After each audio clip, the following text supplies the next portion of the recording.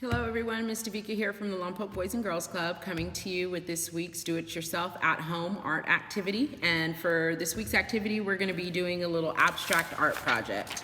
So end result is going to look something like this. And so to get us started, what you will need first is either a piece of cardboard or a canvas if you have it.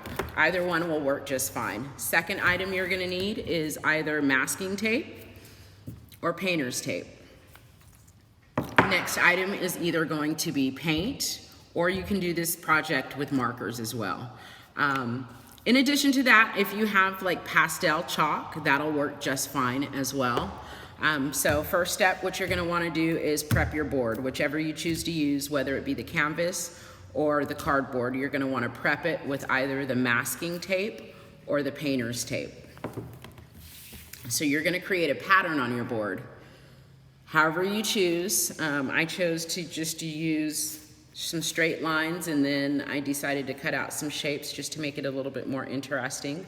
So however you choose, you're going to want to tape it down in its entirety. Make sure that all the edges are pressed down so that when you either paint or use your chalk or your markers, that it doesn't go underneath the paint. So once that is prepped, you are ready to begin adding color. So I chose to use paint, and I'm just going to do a little sample example for you guys.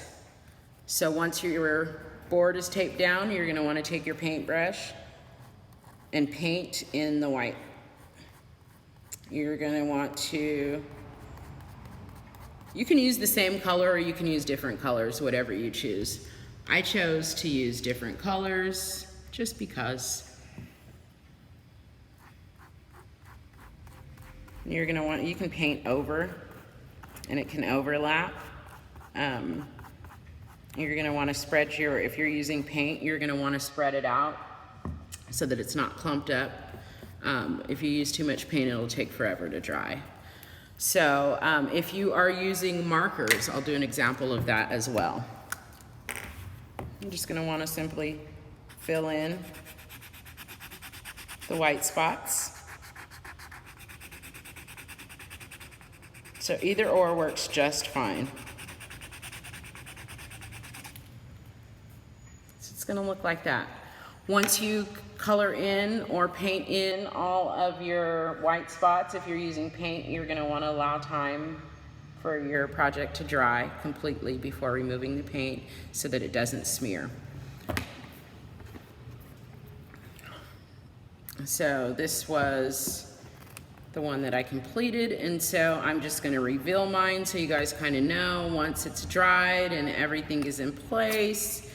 Markers, chalk, paint, whatever you decide to use, you're then going to carefully remove your paint, not to tear the paper.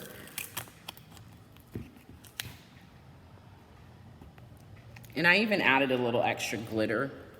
Those of you that know me know I love glitter. So I added some glitter in some of the spots just to create some texture and a little pizzazz. So if you have glitter, you can use that. You're going to want to put that on before your paint dries so that it dries into the paint. I think the most tedious part of this is going to be removing your tape.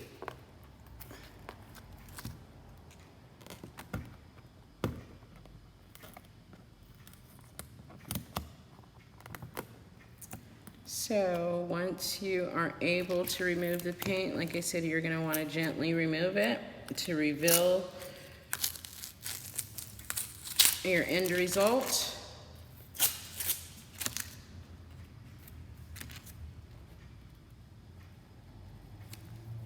And so if you'll notice, as I'm removing my tape, the white part underneath covers a very large area.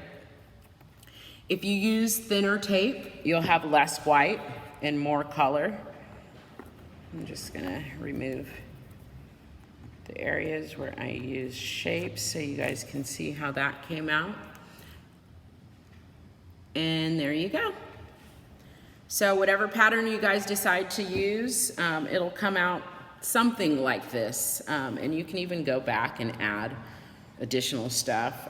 I've seen ones where people have taken a thin tip Sharpie and created lettering in between where it's white. So however you want to make it, it's up to you. Hope you guys enjoyed this activity, and check back next week for another do-it-yourself at-home art activity. Bye.